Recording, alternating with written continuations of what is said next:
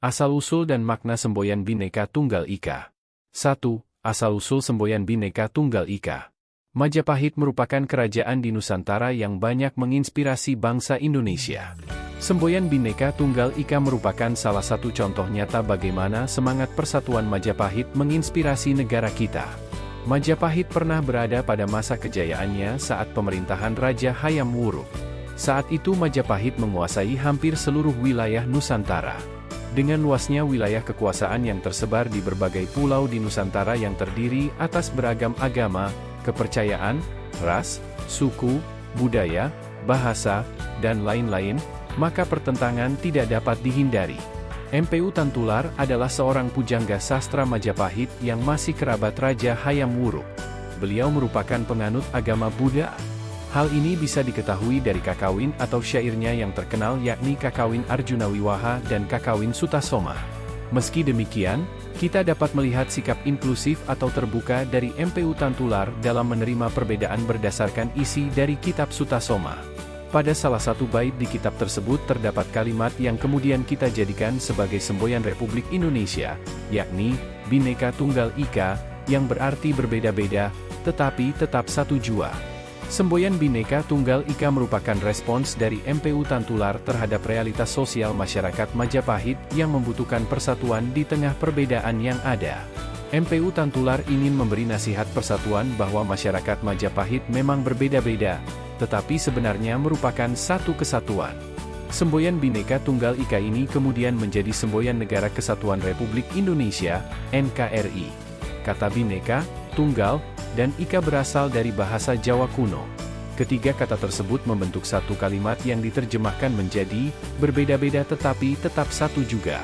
Kalimat tersebut tertulis di dalam kitab yang memiliki judul resmi Purusada.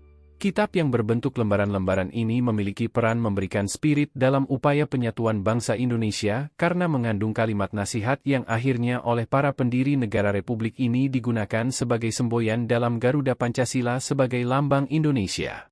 Berikut ini bunyi kalimat lengkapnya.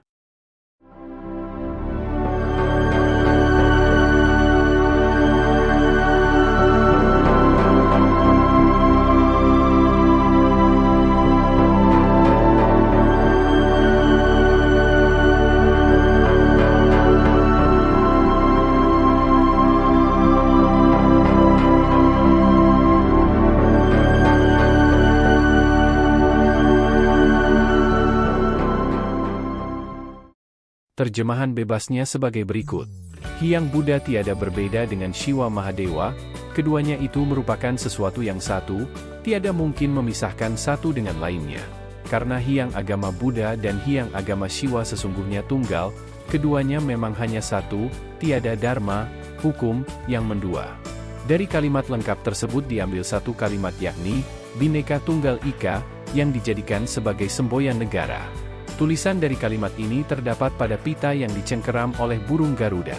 Pada sidang Kabinet Republik Indonesia Serikat tanggal 11 Februari 1950 lambang negara Garuda Pancasila dan semboyan negara Bhinneka Tunggal Ika secara resmi digunakan. Namun, baru pada tanggal 17 Agustus 1950 lambang dan semboyan tersebut diperkenalkan. Setelah terjadi amandemen UUD NRI tahun 1945, semboyan Bhinneka Tunggal Ika yang terdapat pada lambang negara Garuda Pancasila diatur pada pasal 36 AUUD NRI tahun 1945 yang menyatakan, lambang negara ialah Garuda Pancasila dengan semboyan Bhinneka Tunggal Ika.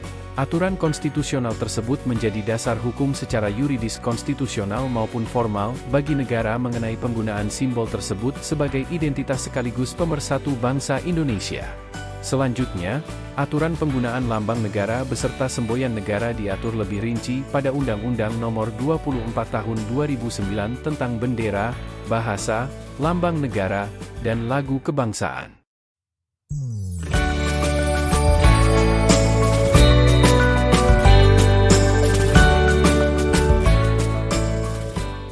Indonesia adalah negara yang memiliki penduduk heterogen dengan wilayah kepulauan yang terdiri atas belasan ribu pulau yang satu sama lain dipersatukan oleh selat dan laut. Maka, semboyan Bhinneka Tunggal Ika mengandung makna tentang sebuah semangat, harapan, dan kekuatan penyatuan dalam berbagai keberagaman tersebut. Makna Bhinneka Tunggal Ika secara historis merupakan semangat bersatu dalam konteks keberagaman agama di dalam masyarakat Majapahit. Kalimat ini terdapat di dalam kitab Sutasoma yang berisi tentang ajaran moral dan etika sosial masyarakat Majapahit. Kalimat Bhinneka Tunggal Ika dalam kitab Sutasoma bermakna semangat kesatuan dan toleransi dalam keragaman agama pada masyarakat, khususnya antara penganut Buddha dan Hindu pada masa pemerintahan Raja Hayam Wuruk dari Kerajaan Majapahit. Dilihat secara tekstual atau harfiah, Bhinneka Tunggal Ika berasal dari 3 kata, yakni Bhinneka, Tunggal, dan Ika. Arti Bhinneka adalah berbeda beragam, Tunggal berarti satu, sedangkan Ika berarti itu. Jika digabung, artinya, berbeda-beda tetapi tetap satu. Makna Bhinneka Tunggal Ika secara kontekstual ialah perbedaan dalam keberagaman merupakan kesatuan dari bangsa Indonesia.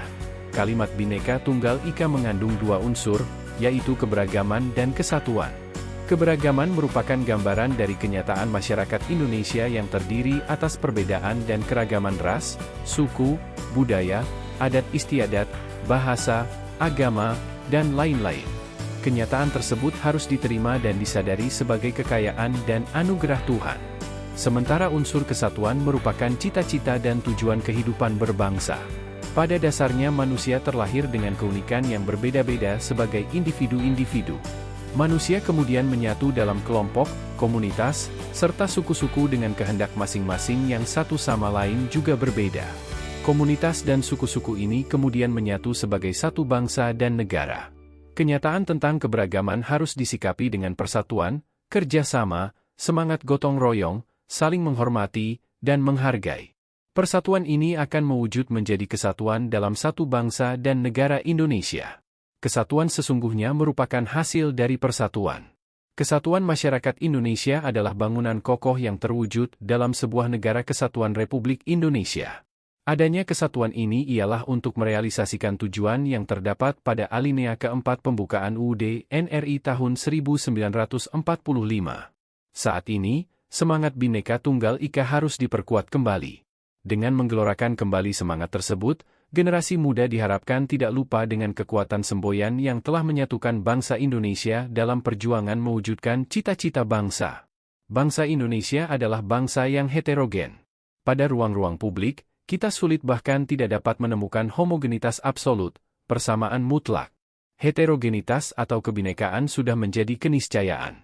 Oleh karena itu, kita harus sadar untuk menerima dan menghargai berbagai perbedaan dengan mengembangkan sikap toleransi.